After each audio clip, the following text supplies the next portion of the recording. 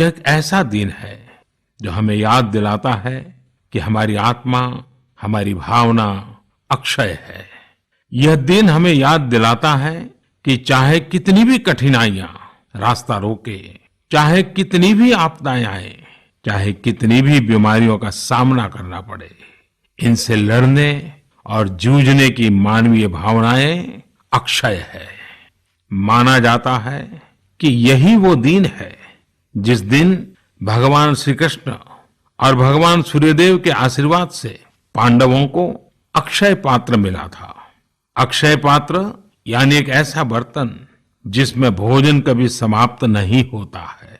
हमारे अन्नदाता किसान हर परिस्थिति में देश के लिए, हम सब के लिए इसी भावना से परिश्रम करते हैं। इन्हीं के परिश्रम से आज हम सब के लिए, गरीबों के लिए देश के पास अक्षय अन्न भंडार है।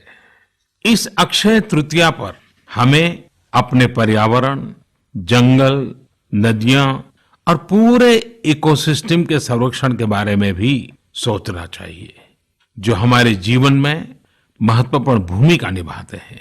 अगर हम अक्षय रहना चाहते हैं तो हमें पहले यह सुनिश्चित करना होगा कि हमारी धरती अक्षय रहे।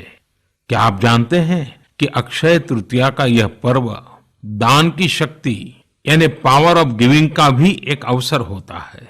हम हृदय की भावना से जो कुछ भी देते हैं, वास्तव में महत्व उसी का होता है। यह बात महत्वपूर्ण नहीं है कि हम क्या देते हैं और कितना देते हैं। संकट के इस दौर में हमारा छोटा सा प्रयास हमारे आसपास के बहुत से लोगों के लिए बहुत बड़ा संबल बन सकता है।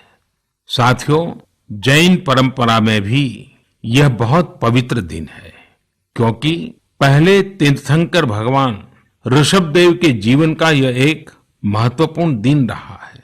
ऐसे में जैन समाज इसे एक पर्व के रूप में मनाता है और इसलिए ये समझना आसान है कि क्यों इस दिन को लोग किसी भी शुभ कार्य को प्रारंभ करना पसंद करते हैं।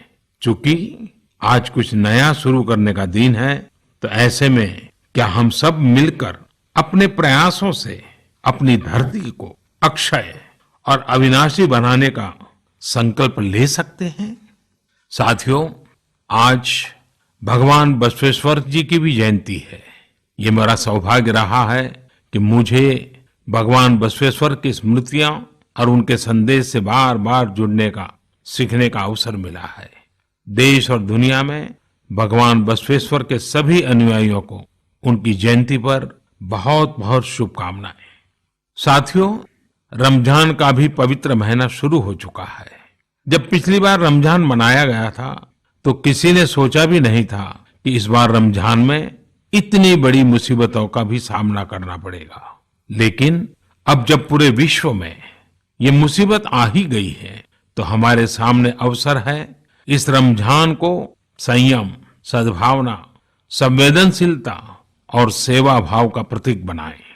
इस बार हम पहले से ज्यादा इबादत करें ताकि ईद आने से पहले दुनिया कोरोना से मुक्त हो जाए और हम पहले की तरह उमंग और उत्साह के साथ ईद मनाएं। मुझे विश्वास है कि रमजान के इन दिनों में स्थानीय प्रशासन के दिशा निर्देशों का पालन करते हुए कोरोना के खिलाफ चल रही इस लड़ाई को हम और मजबूत करेंगे।